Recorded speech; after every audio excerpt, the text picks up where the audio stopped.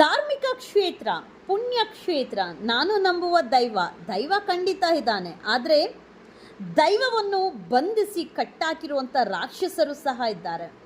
ಸತತ 15 ವರ್ಷ ಆದ್ರೂ ಇವತ್ತಿಗೂ ಸಹ ಸೌಜನ್ಯ ಹೆಣ್ಣು ಮಗಳ ದೇಹ ಮಣ್ಣಲ್ಲಿ ಮಣ್ಣಾಗಿದೆ ಹೊರತು ಜೀವ ಇವತ್ತಿಗೂ ಸಹ ಆಡ್ತಾನೆ ಇರುತ್ತೆ. ನ್ಯಾಯ ಸಿಗೋವರೆಗೂ ಖಂಡಿತವಾಗ್ಲೂ ಆ ಉಸಿರು ಮಿಡಿತ ಪ್ರತಿಯೊಬ್ಬರಿಗೂ ಕೇಳಿಸುವಂಥ ಕೆಲಸ, ಒಂದಲ್ಲ ಒಂದು ರೀತಿಯಲ್ಲಿ ಒಬ್ಬರಲ್ಲ ಇನ್ನೊಬ್ಬರ ಬಾಯಲ್ಲಿ ಬರುವಂಥ ಕೆಲಸ, ತರಿಸುವಂಥ ಕೆಲಸ ಸೌಜನ್ಯ ಮಾಡೇ ಮಾಡ್ತಾಳೆ.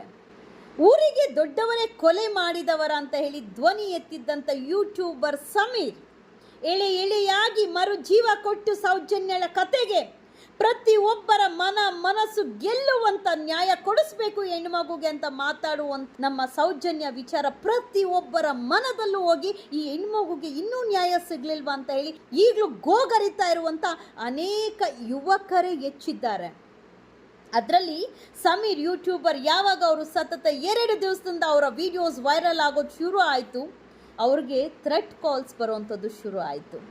ಸತ್ಯ ಯಾವತ್ತಿದ್ರೂ ಕಹಿ.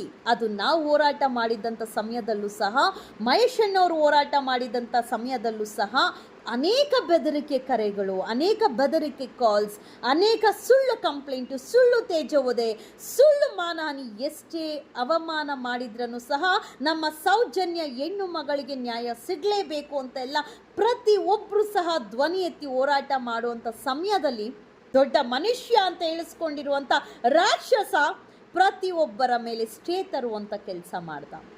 ಈಗ ಸಮೀರ್ ಅನ್ನೋ ಹುಡುಗಂಗೆ ಅನೇಕ ಥ್ರೆಟ್ ಕಾಲ್ಸ್ ಆ್ಯಂಡ್ ಮುಸ್ಲಿಂ ಹುಡುಗ ನಮ್ಮ ಧಾರ್ಮಿಕ ಕ್ಷೇತ್ರದ ಬಗ್ಗೆ ಮಾತಾಡ್ತಾ ಇದ್ದಾನೆ. ಅದು ಜಾತಿನ ತರುವಂಥ ಕೆಲಸ ಮಾಡ್ತಿರೋ ಸತ್ಯ ಹೇಳೋದಕ್ಕೆ ಅಂದರೆ ನಿಮ್ಮ ಉದ್ದೇಶ ಆದರೂ ಏನು?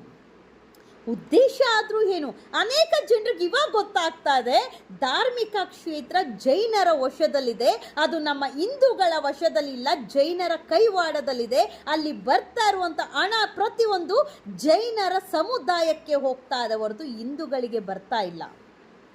ಸೌಜನ್ಯ ವಿಚಾರ ಮಾತಾಡಿದ್ರೆ ಸತ್ಯ ಹೊರಗಡೆ ಬರುತ್ತೆ ಅಂತ ಹೇಳಿ ತಡೆ ಹಾಕ್ತಾ ಇದ್ದಾರ, ಇಲ್ಲ ಜೈನರಿಗೆ ಬರ್ತಾ ಇರುವಂಥ ಸಮುದಾಯಕ್ಕೆ ಬರ್ತಾ ಇರುವಂಥ ಹಣ ನಿಲ್ಲುತ್ತೆ ಅಂತ ಹೇಳಿ ನೀವು ತಡೆ ಹಾಕ್ತಾ ಇದ್ದಾರ, ಇಲ್ಲ ಮಾಡಿರುವ ತಪ್ಪು ಹೊರಗಡೆ ಬರುತ್ತೆ ಅಂತ ಹೇಳಿ ತಡೆ ಹಾಕ್ತಾ ಇದ್ದೀರಾ, ಇಲ್ಲ ತಪ್ಪೇ ಮಾಡಿದ್ದಾರೆ ಅದನ್ನು ಮುಚ್ಚ ಹಾಕಬೇಕು ಅಂತ ಹೇಳಿ ನೀವು ಇಷ್ಟೆಲ್ಲ ಹೋರಾಟ ಮಾಡಿ ಪ್ರತಿಯೊಬ್ಬರು ಮಾತಾಡುವಂಥ ಬಾಯಿ ಮುಚ್ಚಿಸುವಂಥ ಕೆಲಸ, ಸ್ಟೇ ತರುವಂಥ ಕೆಲಸ, ಅವರಿಗೆ ಥ್ರೆಟ್ ಕಾಲ್ ಮಾಡುವಂಥ ಕೆಲಸ ಮಾಡ್ತಾ ಇದ್ದಾರೆ ಅಂದರೆ ನಿಮ್ಮ ಉದ್ದೇಶ ಆದರೂ ಏನು?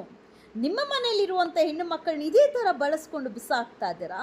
ಹಾಗಾದರೆ ನಮ್ಮ ಸೌಜನ್ಯಳಿಗೆ ನ್ಯಾಯ ಬೇಡವಾ? ನಿಮ್ಮ ಕ್ಷೇತ್ರದ ಹೆಣ್ಣು ಮಗಳಿಗೆ ನ್ಯಾಯ ಸಿಗಬಾರ್ದಾ? ಹಾಗಾದರೆ ನಮ್ಮ ಸೌಜನ್ಯಗೆ ನ್ಯಾಯ ಸಿಗಬಾರ್ದಾ?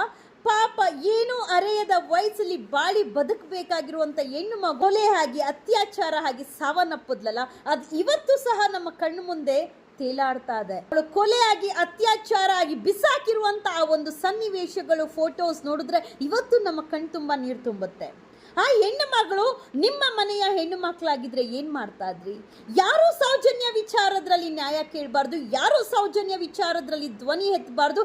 ಎತ್ತದವ್ರಿಗೆಲ್ಲ ಥ್ರೆಟನಿಂಗ್ ಕಾಲು, ಎತ್ತದವ್ರಿಗೆಲ್ಲ ಧಮಕಿ ಕಾಲು, ಅವ್ರ ಬಗ್ಗೆ ಮಾನ ನಷ್ಟ ಮೊಕದ್ದಮೆ, ಹಾಗೆ ಅವರ ಆಸ್ತಿನ ಮುತ್ತುಗೋಲು ಹಾಕುವಂಥ ಕೆಲಸ ಮಾಡುವಂಥದ್ದು, 100 ಕ್ರಿಮಿನಲ್ ಕೇಸಸ್ ಇಟ್ಕೊಂಡು ಅದನ್ನು ಮುಚ್ಚಾಕುವಂಥ ಪ್ರಯತ್ನ ಮಾಡ್ತಾ ಇರುವಂಥ ಆ ದೊಡ್ಡ ಮನುಷ್ಯ ಆ್ಯಂಡ್ ಅವರ ಗ್ಯಾಂಗ್ಗೆ ಖಂಡಿತವಾಗ್ಲೂ ಒಂದಲ್ಲ ಒಂದು ದಿವಸ ಭಗವಂತನ ಪೆಟ್ಟು ಬಿದ್ದೇ ಬೀಳುತ್ತೆ. ಈ ಟೈಮ್ಗೆ ನಿಮ್ಮ ಆಟ ನಡೀತಾ ಇರ್ಬೋದು, ಬಟ್ ಒಂದು ದಿವಸ ಸತ್ಯ ಗೆದ್ದೇ ಗೆಲ್ಲುತ್ತಲ್ವಾ? ಯಾವ ಯೂಟ್ಯೂಬರ್ ಮಾತಾಡಬಾರ್ದು, ಯಾವ ಮೀಡಿಯಾ ಚಾನಲ್ಸ್ ಮಾತಾಡಬಾರ್ದು. ಆ್ಯಂಡ್ ಕೆಲವೊಂದು ಮೀಡಿಯಾ ಚಾನಲ್ಸ್ ಸೂಟ್ ಕೇಸ್ ಹೆಣ್ಣಿನ ಎಣದಲ್ಲಿ ಹಣ ಮಾಡಿದ್ದಂಥ ವ್ಯಕ್ತಿಗಳು ನಾನು ಕಣ್ಣಲ್ಲಿ ನೋಡಿದ್ದೇನೆ, ದಾಖಲೆ ಸಮೇತ ನನ್ನ ಕೈಯಲ್ಲಿದೆ. ಆದರೂ ಸಹ ನಾವು ಯಾರು ಏನು ಮಾಡೋಕ್ಕಾಗ್ತಾಯಿಲ್ಲ. ಕಾರಣ ಪ್ರತಿಯೊಂದು ಕಡೆ ಹೋಗಿ ಸ್ಟೇ ತಗೊಂಬರುವಂಥ ಕೆಲಸ, ಅವ್ರ ಮೇಲೆ ಕೇಸ್ ಹಾಕುವಂಥ ಕೆಲಸ ಮಾಡ್ತಾ ಇದ್ರೆ ಸೌಜನ್ಯಳಿಗೆ ನ್ಯಾಯ ಸಿಗಬಾರ್ದು ಅಂತ ನೀವೆಲ್ಲರೂ ಬೇಕಂತ ಪ್ರತಿಯೊಬ್ಬರಿಗೂ ಥ್ರೆಟ್ ಕಾಲ್ ಮಾಡ್ತಾ ಇದ್ರೆ ಅವಿವೇಕಿಗಳ, ಆಗಿದ್ರೆ ಸೌಜನ್ಯನ ಅತ್ಯಾಚಾರ ಕೊಲೆ ಮಾಡಿರೋದು ಅವರೇ ಎಂಬುದು ಸತ್ಯ ಅಲ್ವಾ? ಅತ್ಯಾಚಾರ ಮಾಡಿ ಕೊಲೆ ಮಾಡಿರೋದಕ್ಕೆ ಅಲ್ವಾ ನೀವು ಇಷ್ಟಲ್ಲಿ ಹೋರಾಟ ಮಾಡುವವರ ವಿರುದ್ಧ ಸ್ಟೇ ತಗೊಂಬರೋದು? ಯೂಟ್ಯೂಬರ್ಸ್ ಮೇಲೆ ಥ್ರೆಟ್ ಕಾಲ್ ಮಾಡುವಂಥ ಅವಿವೇಕಿಗಳ ನಿಮ್ಮ ಮನೆ ಹೆಣ್ಣು ಮಕ್ಕಳ ಮೇಲೆ ಸಹ ಅವರು ಕಣ್ಣಾಕ್ತಾರೆ. ನಿಮ್ಮ ಮನೆಯ ಹೆಣ್ಣು ಮಕ್ಕಳು ಸಹ ಅದೇ ರೀತಿ ರೇಪ್ ಆಗಿ ಕೊಲೆ ಆಗಿ ಬಿದ್ದರೆ ಆಗ ನಿಮಗೆ ಅರ್ಥ ಆಗುತ್ತೆ. ಹಾಗಂತ ನಮ್ಮ ಸೌಜನ್ಯಳಿಗೆ ನ್ಯಾಯ ಸಿಗೋದಿಲ್ಲ ಅಲ್ಲ, ಸಿಕ್ಕೇ ಸಿಗುತ್ತೆ. ತಾಳ್ಮೆಯಿಂದ ಕಾಯಬೇಕು. ಯಾವ ರೂಪದಲ್ಲಿ ಸಿಗುತ್ತೋ ಗೊತ್ತಿಲ್ಲ. ಇವತ್ತು ಎಷ್ಟೋ ಜನ ಹೋರಾಟಕ್ಕೆ ಮುಂದೆ ಬಂದವ್ರಿಗೆ ಎಲ್ಲಾರನ್ನೂ ಮಟ್ಟ ಹಾಕಿ ಕಾನೂನಲ್ಲಿ ಸ್ಟೇ ತಗೊಂಬರುವಂಥದ್ದು, ಅವ್ರಿಗೆ ಕಾಪಿರೈಟ್ ಹಾಕ್ಸುವಂಥ ಕೆಲಸ ಮಾಡಿ ಪ್ರತಿಯೊಬ್ಬರನ್ನು ಮಟ್ಟ ಹಾಕುವಂಥ ಕೆಲಸ ಮಾಡಿದ್ರೆ ನಿಮ್ಮನ್ನೇ ಮಟ್ಟ ಹಾಕುವಂಥ ಕೆಲಸ ಮೇಲಿರುವ ಒಬ್ಬ ಭಗವಂತ ಮಾಡೇ ಮಾಡ್ತಾನೆ. ನೀವು ಎಷ್ಟೇ ಮುಚ್ಚಾಕ್ಬೋದು. ಯಾಕೆ ಈ ದೊಡ್ಡ ಮನುಷ್ಯರು ಸೌಜನ್ಯ ಬಗ್ಗೆ ಮಾತಾಡಿದ್ರೆ ಇಷ್ಟೆಲ್ಲ ಮಾಡ್ತಾ ಇದ್ದಾರೆ ಅಂತ ಹೇಳಿ ಇವತ್ತು ಪುಟ್ಟ ಮಕ್ಕಳಿಗೂ ಸಹ ಅರಿವಾಗ್ತಾ ಇದೆ. ಉತ್ತರ ಕರ್ನಾಟಕದಿಂದ ಸಹಸ್ರಾರು ಲಕ್ಷಾಂತರ ಜನರು ಬರುವಂಥ ಪುಣ್ಯ ಕ್ಷೇತ್ರಕ್ಕೆ ಅವರು ಹಾಕುವಂಥ ಕಾಣಿಕೆ ಜೈನರ ವಶಕ್ಕೆ, ಜೈನರ ಕುಟುಂಬಕ್ಕೆ, ಜೈನರ ಹೊಟ್ಟೆ ತುಂಬಿಸ್ಕೊಳ್ಳೋಕ್ಕೆ, ಆ ಸಮುದಾಯದವರು ಉದ್ಧಾರ ಆಗೋದಕ್ಕೆ ನಮ್ಮ ಹಿಂದೂ ಜನರ ದುಡ್ಡನ್ನು ದುರುಪಯೋಗ ಪಡಿಸ್ಕೊಂಡು ನಮ್ಮ ಹಿಂದೂ ಹೆಣ್ಣು ಮಗಳ ರಕ್ತವನ್ನು ಹೀರಿ ಅವಳನ್ನ ರೇಪ್ ಮಾಡಿ ಮರ್ಡರ್ ಮಾಡಿ ಬಿಸಾಕಿದ್ರೆ ಅವಳಿಗೆ ನ್ಯಾಯ ಸಿಗಬೇಕು ಅಂತ ಧ್ವನಿ ಎತ್ತುತ್ತಾ ಇದ್ರೆ ನ್ಯಾಯ ಸಿಗಬಾರ್ದು ಅಂತ ಹೇಳಿ ಕೆಲ ಅವಿವೇಕಿಗಳು ಅದಕ್ಕೆ ಕಿಡಿಗೇಡಿಗಳು ಸ್ಟೇ ತರುವಂಥ ಕೆಲಸ, ಥ್ರೆಟ್ ಕಾಲ್ ಮಾಡುವಂಥ ಕೆಲಸ ಪ್ರತಿಯೊಬ್ಬ ಯೂಟ್ಯೂಬರ್ ಮೇಲೆ, ಪ್ರತಿಯೊಬ್ಬ ನ್ಯೂಸ್ ಚಾನೆಲ್ ಮೇಲೆ, ಪ್ರತಿಯೊಬ್ಬ ಹೋರಾಟಗಾರರ ಮೇಲೆ ನೀವು ಮಾಡ್ತೀರಾ ಅಂದರೆ ಹಾಗಾದರೆ ನೀವೇ ಆ ಕೊಲೆ ಅತ್ಯಾಚಾರ ಮಾಡಿರುವಂಥದ್ದು ಸತ್ಯನೇ ಅಲ್ವಾ? ನೀವೇ ಅಲ್ವಾ ಕೊಲೆ ಅತ್ಯಾಚಾರ ಮಾಡಿರೋದು? ಅದಕ್ಕೆ ಅಲ್ವಾ ಎಲ್ಲರಿಗೂ ತಡೆಯುವಂಥ ಕೆಲಸ ಮಾಡ್ತಾ ಇರೋದು ಅಧಿಕಾರಿಗಳೇ? ನಿಮ್ಮ ಜೊತೆ ಶಾಮೀಲಾಗಿರುವಂಥ ಪೊಲೀಸ್ ಅಧಿಕಾರಿಗಳು, ಡಾಕ್ಟರ್ಸ್ ಯಾರೆಲ್ಲ ನಮ್ಮ ಸೌಜನ್ಯ ವಿಚಾರದಲ್ಲಿ ಅನ್ಯಾಯ ಮಾಡಿ ಮೋಸ ಮಾಡಿ ಆ ಹುಡುಗಿಗೆ ನ್ಯಾಯ ಸಿಗಬಾರ್ದು ಅಂತ ಹೇಳಿ ನಿರಪರಾಧಿ ಆಗಿರುವಂಥ ಸಂತೋಷ್ ರಾವ್ನ ಆರೋಪಿ ಮಾಡಿ ಅಪರಾಧಿ ಮಾಡಿ ಶಿಕ್ಷೆ ಆಗುವಂಥ ಕೆಲಸ ಮಾಡಿ ಆ ಹುಡುಗ ಕೊನೆಗೆ ನಿರಪರಾಧಿಯಾಗಿ ಹೊರಗಡೆ ಬಂದೋಗ ಆ ಪಶ್ಚಾತ್ತಾಪ ಪಾಪ ಆ ಪೊಲೀಸವ್ರಿಗೂ ತಟ್ಟದೇ ಇರುತ್ತಾ? ಆ ಡಾಕ್ಟರ್ಗೂ ತಟ್ಟದೇ ಇರುತ್ತಾ? ಅವತ್ತು ಮಾತಾಡೋರೆಲ್ಲ ಮೌನ ಹಾಕ್ತಾ ಇದ್ದಾರೆ, ಮಾತಾಡಬೇಕನ್ನೋರ ಮೇಲೆ ಎಲ್ಲ ಥ್ರೆಟ್ ಕಾಲ್ಸ್ ಮಾಡ್ತಾ ಇದ್ದಾರೆ. ಹಾಗಾದರೆ ಸೌಜನ್ಯಳಿಗೆ ನ್ಯಾಯ ಸಿಗಬಾರ್ದಾ? ನಿಮ್ಮ ಸಮುದಾಯಕ್ಕೆ ಬರ್ತಾ ಇರುವಂಥ ಹಣ ನಿಲ್ಲುತ್ತಾ? ನಿಮ್ಮ ಸತ್ಯ ಹೊರಗಡೆ ಬರುತ್ತೆ ಅಂತ ಭಯನಾ ನಿಮಗೆ?